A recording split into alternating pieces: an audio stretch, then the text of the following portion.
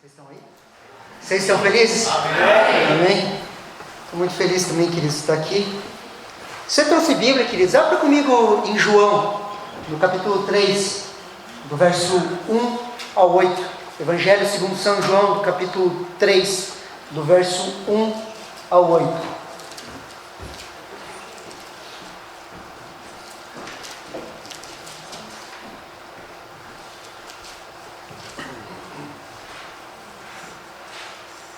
Texto muito conhecido, queridos, a conversa de Jesus com um fariseu chamado Nicodemos. Olha o que a palavra de Deus nos diz. Havia entre os fariseus um homem chamado Nicodemos, um dos principais dos judeus. Este à noite foi ter com Jesus e lhe disse: Rabi, sabemos que és mestre, vindo da parte de Deus. Porque ninguém pode fazer esses sinais que tu fazes se Deus não estiver com ele. A isto respondeu Jesus: em verdade te digo, que se alguém não nascer de novo, não pode ver o reino de Deus. Perguntou-lhe Nicodemos: como pode um homem nascer, sendo ele velho? Pode porventura voltar ao ventre materno e nascer uma segunda vez? Respondeu Jesus: em verdade te digo, quem não nascer da água e do Espírito, não pode entrar no reino de Deus. O que é nascido da carne é carne, o que é nascido do Espírito é Espírito.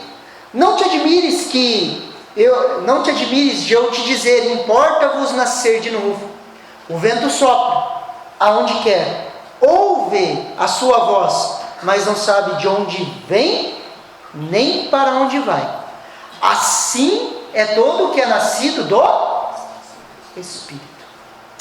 Amém? Amém. Queridos, aqui Jesus era um jovem pregador, talvez 30 anos.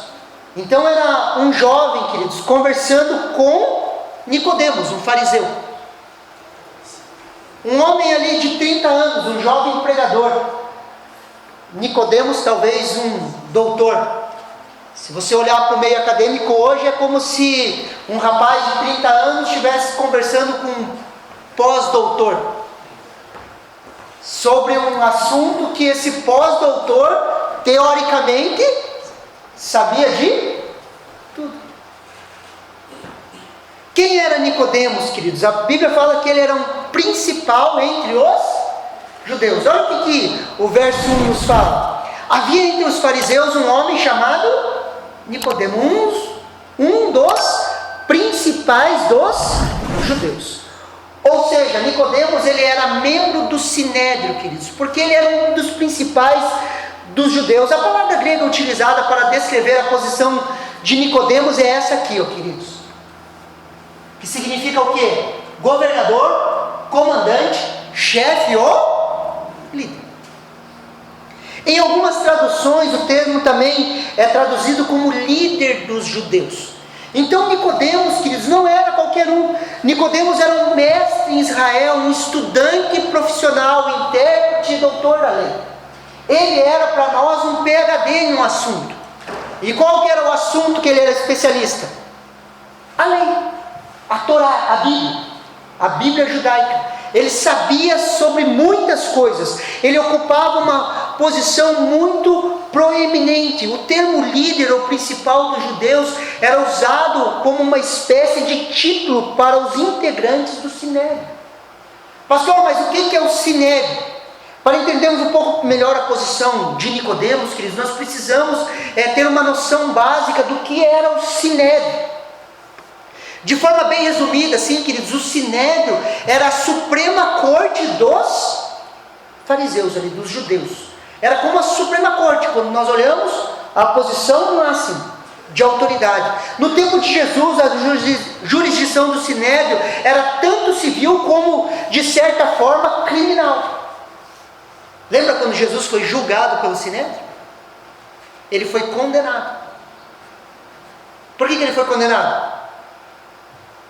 Porque ele se dizia filho de Deus, ou co-igual a Deus. Co-igual a Deus. Olha o que o verso 2 nos fala. Este de noite foi ter com Jesus e lhe disse: Rabi, sabemos que é mestre, vindo da parte de Deus, porque ninguém pode fazer esses sinais que tu fazes, se Deus não estiver com ele. Queridos, Nicodemos, ele se apresenta à noite para conversar com Jesus, talvez com medo da represália dos outros fariseus, e quando ele fala, sabemos que és mestre, vindo da parte de Deus, dá a entender que não era só ele que reconhecia isso. Haviam outros fariseus que talvez já estavam reconhecendo a Jesus como um mestre, vindo da parte de Deus. Olha o que o verso 3 nos fala. A isto respondeu Jesus: em verdade te digo, se alguém não nascer de novo, não pode ver o reino de Deus. Algumas traduções vão dizer, é necessário nascer de novo. Se alguém não nascer de novo, não pode ver o reino de Deus. Por isso, queridos, que nós precisamos ter a experiência do novo nascimento. Repete assim comigo: novo nascimento. Nós precisamos, queridos, preste atenção aqui, todas as pessoas na face da terra, elas precisam de uma experiência do novo nascimento. Todas as pessoas, queridos, no tempo, queridos, que nós vivemos, do politicamente correto, queridos, aonde todos os caminhos levam a Deus. Não fale da minha religião. Você já viu isso, sim ou não? Esse texto, queridos, é extremamente ofensivo. E nós precisamos entender, queridos, que o politicamente correto não nos prende, amém? Queridos, não tem como, queridos, nós entendermos a palavra de Deus, queridos, entendermos verdades absolutas, queridos, e se encaixarmos no politicamente correto. Precisamos nos posicionar, por quê? Porque é necessário nascer de novo, e isso é uma verdade absoluta, ofensiva e absoluta. Queridos, não... Depois da modernidade, nós estamos no período pós-moderno, queridos. E o período pós-moderno, queridos, essa sociedade vai falar o quê? Não existem verdades absolutas, tudo é plástico, tudo é maleável, queridos. Existem verdades absolutas. Posso ouvir um amém? Amém. Existe. O novo nascimento é uma verdade absoluta. Todos os caminhos levam a Deus, levam, mas o único caminho que nos leva à salvação é através de Cristo Jesus, porque um dia todos vão estar diante do tribunal de Cristo. Então todos os caminhos vão levar ao tribunal de Cristo. Só que o único caminho que nos leva à salvação é Cristo Jesus, a necessidade do novo nascimento. Por isso que o Evangelho é ofensivo e exclusivo. Pastor, o Evangelho é inclusivo? Não, ele é exclusivo, ele tem uma linha de corte. Qual que é a linha de corte? Aqueles que creram e aqueles que não creram. Nisso não há inclusão, há exclusão daqueles que não creram. Sim ou não? Consegue me entender? Existe isso, queridos.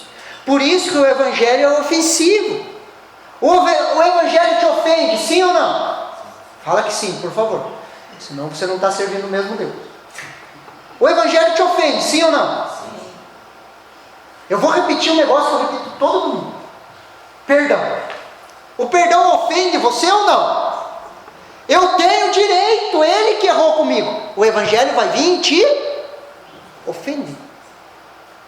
Na verdade ele vai vir te matar, mas assim, só para deixar um pouquinho mais leve para você, hoje ele vem para te ofender. A grande verdade é que o Evangelho vem para nos matar, queridos. Sim ou não? O novo nascimento, queridos, é o início de uma nova caminhada. O novo nascimento não é o fim, mas o começo de uma nova jornada. Olha o que Efésios capítulo 2, versículo 8 ao 10 nos fala. Porque pela graça sois salvos mediante a fé, isso não vem de vós, é dom de Deus, não de obras para que ninguém se glorie, pois somos feitura deles, criados em Cristo Jesus para as boas obras, as quais Deus de antemão preparou para que andássemos nela. No novo nascimento, queridos, nós nos tornamos feitura de Deus, nós nos tornamos uma nova criatura. criatura, nascidos de Deus, nascidos em Cristo Jesus, para quê? Para as boas obras. O novo nascimento, queridos, é o início de uma nova jornada, de uma nova vida. O objetivo final da obra de Cristo nas nossas vidas não é a salvação. A salvação é o início de uma nova caminhada, de uma nova jornada. Você nasceu de novo. Toda pessoa que levanta a mão aqui na frente, queridos, aceita Jesus, ela nasce de novo. Ela reconhece Jesus, nasce de novo. Para quê? Para as boas obras. Para que o reino de Deus seja manifestado na terra através da vida daquela pessoa. Estamos em uma nova jornada. Posso ouvir um amém? Estamos caminhando, manifestando a Cristo. Por isso que o objetivo final não é a salvação, é levar eu e você a viver as boas obras, manifestar a vontade de Deus sobre a face da terra. Queridos, viver as boas obras é viver a vida, e a vida em abundância. E a vida em abundância, queridos, não é o lance que nós pensamos assim, do lance assim: pastor, Deus tem vida em abundância para mim, então eu vou viver uma vida sem problemas, sem dificuldade. Queridos, destrua esse castelinho de areia. Não é verdade. A vida em abundância, queridos, é as boas obras de Cristo manifestando nas nossas vidas, aonde nós vamos ver o perdão, a graça, o favor de Deus, aonde no meio das dificuldades nós vamos ter um Deus presente, aonde vai haver esperança. Sim ou não? Não sei porque nos ensinaram que fé é o padrão para mudança de circunstância. Você está em uma circunstância difícil, o que as pessoas falam? Tenha fé, que talvez se você fazer uma oração forte, a circunstância muda.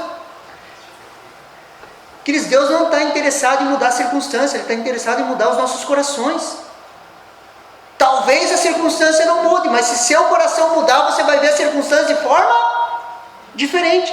Fé, queridos, é para permanecer firme naquilo que Deus está fazendo nas nossas vidas, nos transformando à imagem de Cristo Jesus. E talvez a transformação, queridos, passe por circunstâncias difíceis. Sim ou não? Sim. Só que na nossa cabeça, a fé é para quê? Para mudar circunstância. Tem sabor de mel. A minha vitória hoje tem sabor de mel. Teologia da vingança miserável. Consegue me entender? Há uma diferença, queridos, entre ver e entrar no reino. Olha o que João capítulo 3, do 3 ao 5 nos fala. A isso respondeu Jesus: em verdade te digo, se alguém não nascer de novo, não pode ver o reino. Repete comigo: ver. Não pode ver o reino. Perguntou-lhe Nicodemos: como pode um homem nascer sendo velho? Pode porventura voltar ao ventre materno e nascer uma segunda vez? Respondeu Jesus: em verdade te digo, quem não nascer da água e do Espírito não pode entrar. Repete comigo: entrar. Não pode entrar no reino. Queridos, quando nascemos de novo, temos a capacidade de ver o reino. Uma pessoa que nasce de novo, os olhos dela são descortinados e ela começa a ver o reino de Deus, ver o reino de Deus agindo. Quem não nascer da água e do Espírito não pode entrar no reino. São duas coisas diferentes, duas fases da vida do crente. Quando nascemos da água e do Espírito, queridos, entramos no reino de Deus. Muitas pessoas nasceram de novo, mas estão simplesmente vendo o reino. Gostam de ouvir testemunhos de pessoas que entraram no reino, testemunhos do sobrenatural, mas elas ficam ali. Eu e você precisamos buscar entrar no reino, nascer da água e do Espírito. Da água e do Espírito. Olha o que Mateus 11, do verso 11 ao 12 nos fala. Olha que interessante isso aqui, queridos. Em verdade vos digo, entre os filhos das mulheres não surgiu outro maior que João Batista, maior que todos.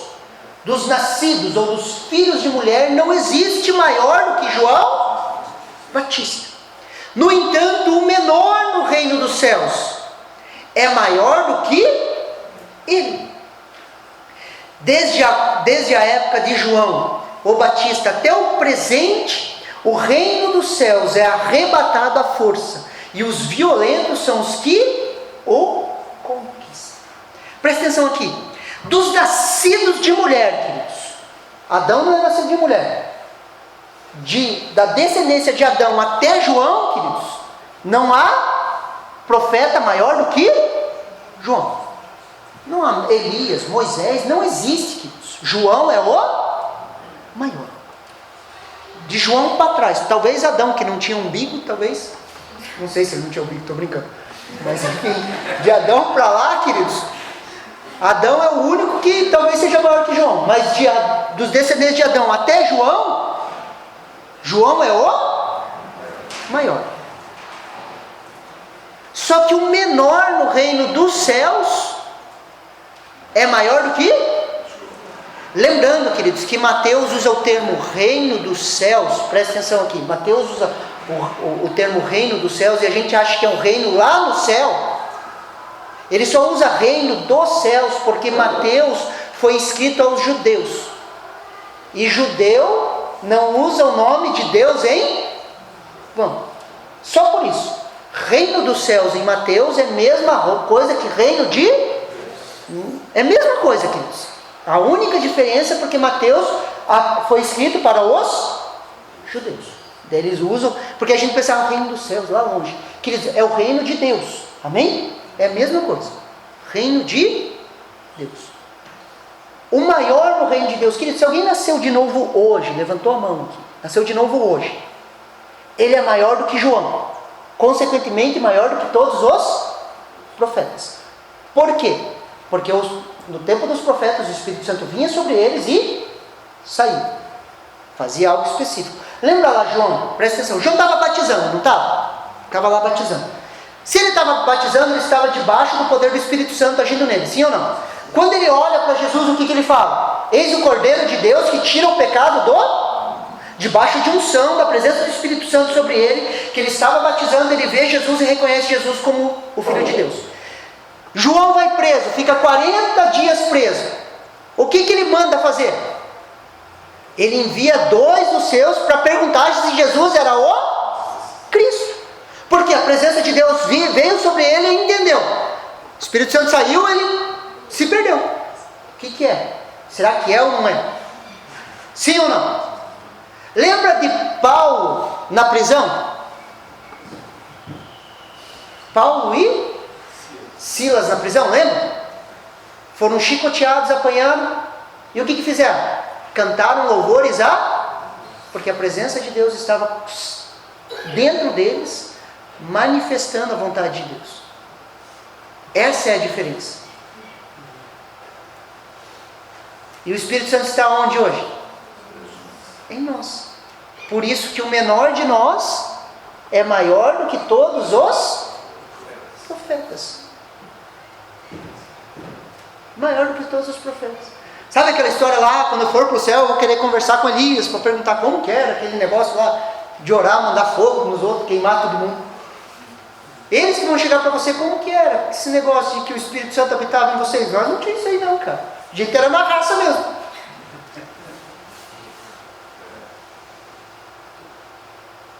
Se você vê Hebreus, queridos, você vai ler a galeria da fé de Hebreus, no final de Hebreus capítulo 11, o autor Hebreus vai falar que Deus separou algo melhor para nós. A melhor dispensação, queridos, sobre a face da terra é essa dispensação que nós vivemos hoje. Onde Deus decidiu habitar em nós. Glória a Deus. Habitar em nós, queridos. Voltando lá para o texto, nós temos 2 personagens, Nicodemos e Jesus. Nicodemos, o doutor da lei, um fariseu, um religioso. Nicodemos, queridos, era um homem natural. Olha o que 1 Coríntios, capítulo 2, verso 14 nos fala. Ora, o homem natural não aceita as coisas do Espírito de Deus, porque eles são loucura, e nem pode entendê-las, porque elas se discernem espiritualmente. Queridos, Nicodemos, apesar de ser doutor, queridos, era um homem que pensava de forma natural. A conversa de Jesus para ele parecia loucura. Aquela mente cartesiana, quadrada, queridos, lógica, buscando uma lógica em tudo. Nicodemos não entendeu nada que Jesus estava falando. Nada, ele ficou olhando o que esse cara está falando. Olha que interessante no verso 4. Perguntou-lhe Nicodemos: como pode um homem nascer de novo? Como pode? Como pode? O homem natural, queridos, sempre vai buscar o como. Como, pastor? Como? O homem natural, queridos, sempre vai tentar racionalizar. Preste atenção aqui. O homem natural, queridos, o nosso pensamento natural sempre vai tentar racionalizar e compreender e administrar. Essa é a nossa forma natural de pensar. Estamos passando por uma situação, o que nós fazemos? Racionalizamos, compreendemos e administramos. Sim ou não? Você está passando por uma dificuldade, você racionaliza, por que isso? Daí você compreende aquela situação e você tenta administrar. Fazer da melhor forma possível para tentar consertar aquilo. Administrar. Só que deixa eu falar uma coisa para você. Na nossa vida, queridos, o como é sempre com Deus. Fala um amém. Amém. O como é com Deus. Eu tenho chamado, Deus chega para você, alguém chega para você, Deus te chama para você cuidar de um grupo familiar. Vamos lá, vamos te usar, vamos... O que você pensa? Como? Eu não. Por quê? Você racionaliza, você compreende, você administra. Vamos lá, você vai fazer a obra de Deus. O que você pensa? Eu não. Como que vai ser isso? Está louco? Querido, deixa eu falar uma coisa para você. O como é com Deus. Deus te fala lá para você abrir uma empresa, fazer alguma coisa nova. O que você fala? Não, como isso? O como é com Deus. E a gente sempre vai procurar o como. Como que eu faço isso? Como fazer isso? Como? O como é com Deus. Por isso, queridos, que nós temos que entrar em algo que eu chamo mistério. Nós podemos viver na administração, que é racionalizar, compreender e administrar, ou nós podemos entrar nos mistérios de Deus. Mistério. E mistério não é manto, queridos, não é sair girando. Manto. Não é, queridos. Mistério é algo que é uma dispensação que nós mergulhamos em Deus. O homem natural, queridos, busca administrar a sua vida, sim ou não? Manter a sua vida debaixo do seu controle, racionalizar, compreender e administrar. Só que no reino de Deus, queridos, as nossas conversas íntimas com Jesus, na calada da noite, sempre vão nos levar para o mistério. Jesus vai falar coisas para você que você vai falar nada a ver. Como que você vai fazer isso?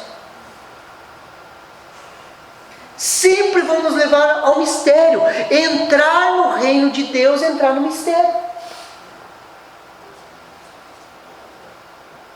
Está se achando aí? Em algumas conversas com Jesus, Jesus não fala umas coisas que você fala, nada a ver. Como que isso vai ser? Imagine, queridos, Jesus falando com Nicodemos, doutor da lei, falando ali com ele. É necessário nascer de novo. O que ele faz? Ele racionaliza. Nascer de novo? O cara tem que voltar a ser pequeno. Olha a ideia de Nicodemos. Entrar de volta para o ventre da mãe e nascer de novo. Jesus está falando de algo espiritual e Nicodemos está entendendo de forma cartesiana. Está entendendo de forma lógica, racional. Falando, cara, nada a ver. Por isso que as coisas de Deus parecem loucura para o homem natural. Porque ele quer administrar, ele quer racionalizar, ele quer compreender. Deixa eu dizer uma coisa, as coisas de Deus você não vai entender. Não vai. Você pode se esforçar, de forma natural a gente não entende. Sim ou não? Por isso que entrar no reino de Deus é entrar no mistério. Olha João capítulo 3, o verso 6 ao 8. O que é nascido da carne é carne.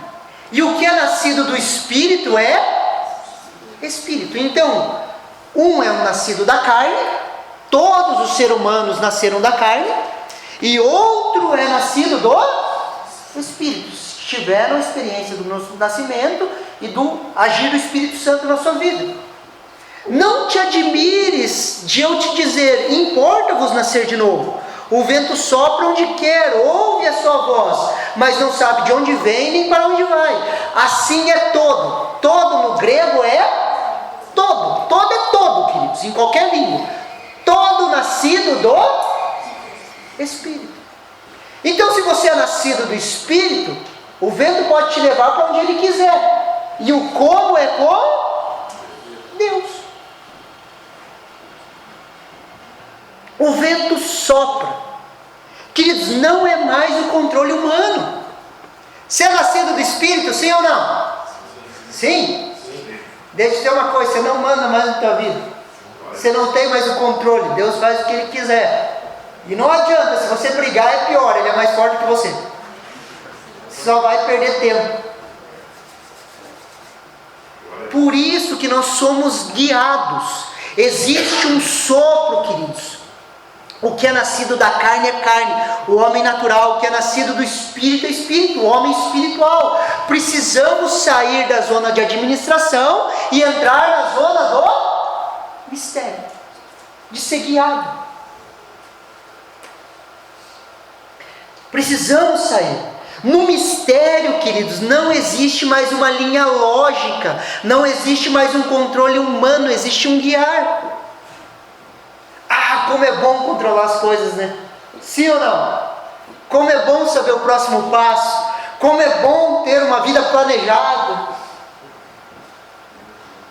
Deixa eu te dizer uma coisa, os teus planejamentos assim são bons, mas um dia Jesus vai vir juntar teu castelinho de areia e falar assim, eu vou mandar agora. Tudo aquilo que você achou que ia ser não é mais.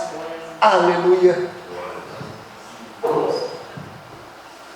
Olha o que Romanos capítulo 8, verso 14 nos fala. Olha que interessante esse texto. Pois todos os que são guiados pelo Espírito de Deus são filhos de Deus. A palavra filhos é ruios, queridos. Amém? Ruios é filhos maduros. Então o que o texto está falando? Todos os que são guiados por Deus são filhos maduros de Deus. São filhos maduros. Essa é a maturidade, querido, ser guiado pelo Espírito Santo de Deus. E deixa eu falar uma coisa para vocês, isso foge à nossa lógica, isso foge ao nosso controle e à nossa administração. Foge ao nosso controle.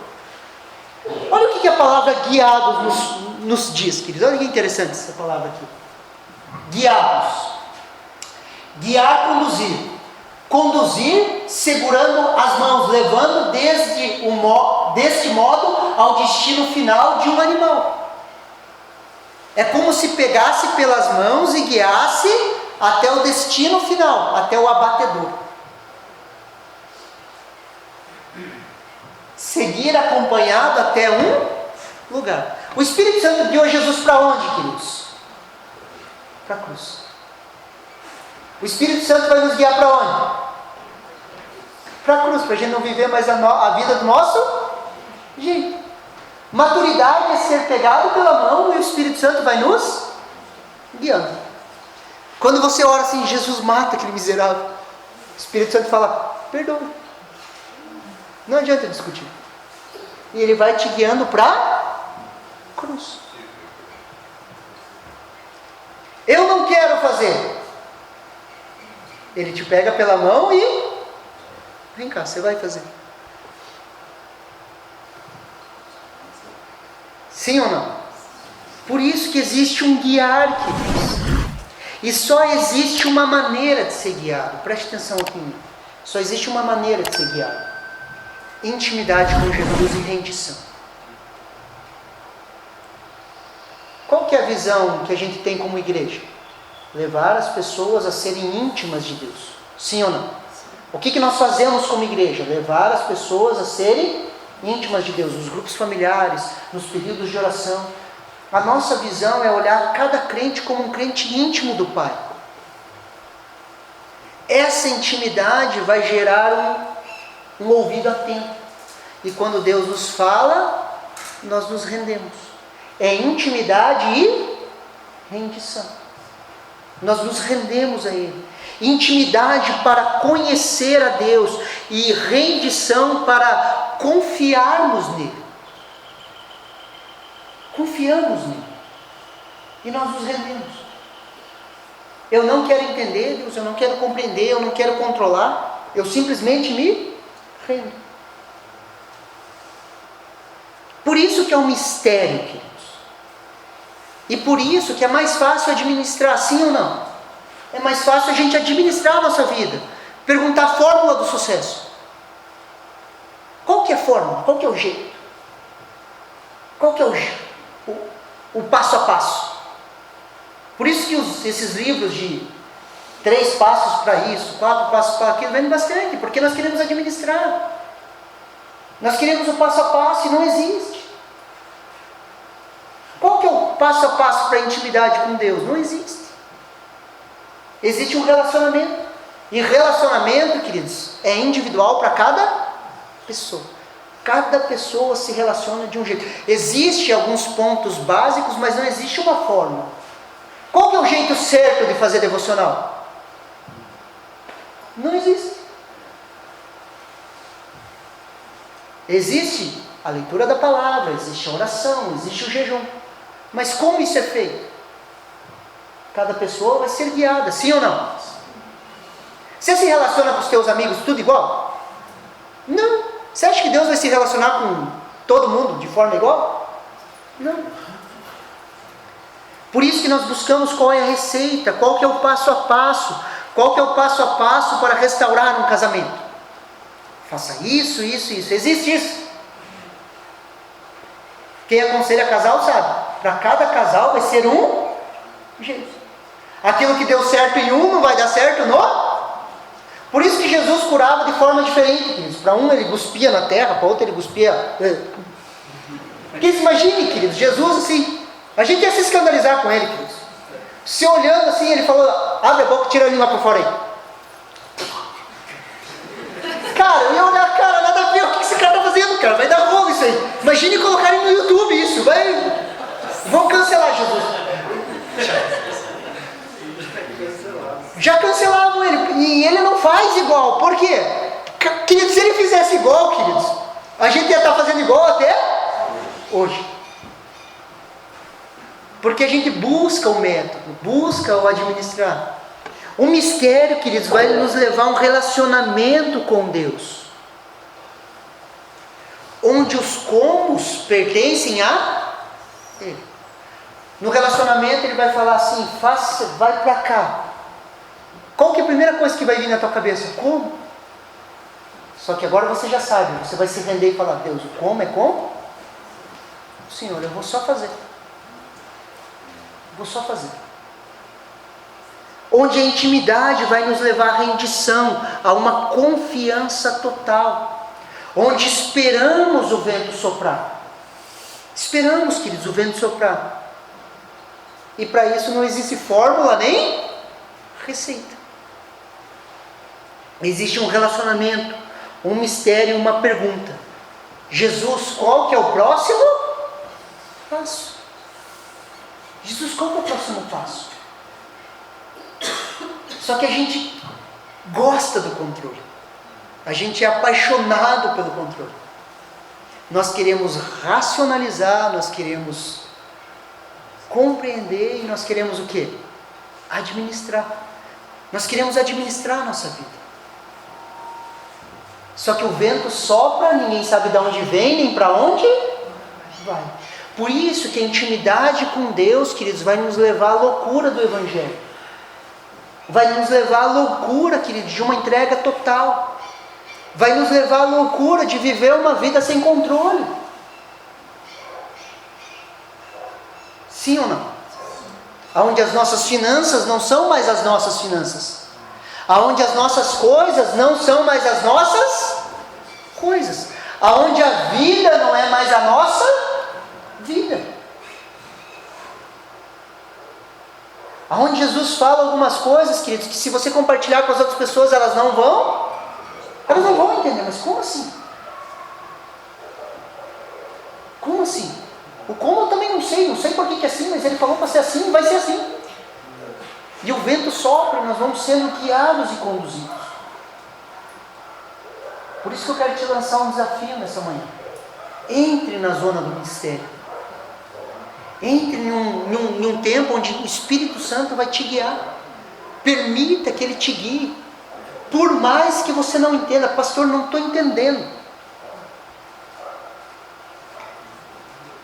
O melhor lugar para você estar é o lugar que você não está entendendo. Porque o nascido da carne é carne. O homem natural, ele não compreende as coisas de Deus. Porque elas se discernem espiritualmente. E queridos, você vai perceber na sua vida que a gente quica do homem natural e do homem espiritual. A gente fica quicando. E o relacionamento com Deus vai nos levar a cada vez mais pensarmos como homem espiritual. Aonde nós discernimos as coisas de forma espiritual. Aonde nós não temos mais o controle das ações e da nossa vida. Onde simplesmente somos guiados por Deus. Que você olha para você mesmo e fala assim, eu não estou mais me reconhecendo. Antes eu queria tanto isso, agora eu nem quero mais. Aonde eu queria tanto controlar a minha vida e de repente eu não controlo mais. Aonde o Espírito Santo vai me guiando. Daí tem horas que você fala assim, para onde eu estou indo? O que está acontecendo? Como que eu vou resolver isso? O como é com Deus. E Ele é fiel e justo. E Ele faz infinitamente mais do que aquilo que pensamos ou imaginamos. Queridos, a sua vida está debaixo da poderosa mão de Deus. E essa poderosa mão tem te guiado de forma invisível. Se você está aqui hoje, é porque Deus tem um projeto e um propósito para você. E você não vai discernir ela de forma lógica e racional. Deus vai te colocar em situações que você não vai entender nada, mas você vai ter a certeza que Ele está te guiando. Ele vai te colocar em desafios que você vai falar assim, eu sou incapaz de fazer isso. Como eu vou fazer isso? O como é com Ele. E quando Ele agir, você vai falar assim, não fui eu. Glória e honra sejam dadas a Ele. Queridos, porque se fosse a gente ia bater no peito e falar, olha como eu sou bom. Mas quando os desafios são maiores do que a gente, nós nos rendemos e falamos simplesmente, Jesus, pode fazer. Você recebe essa palavra no seu coração? Amém. Vamos entrar nessa zona de mistério?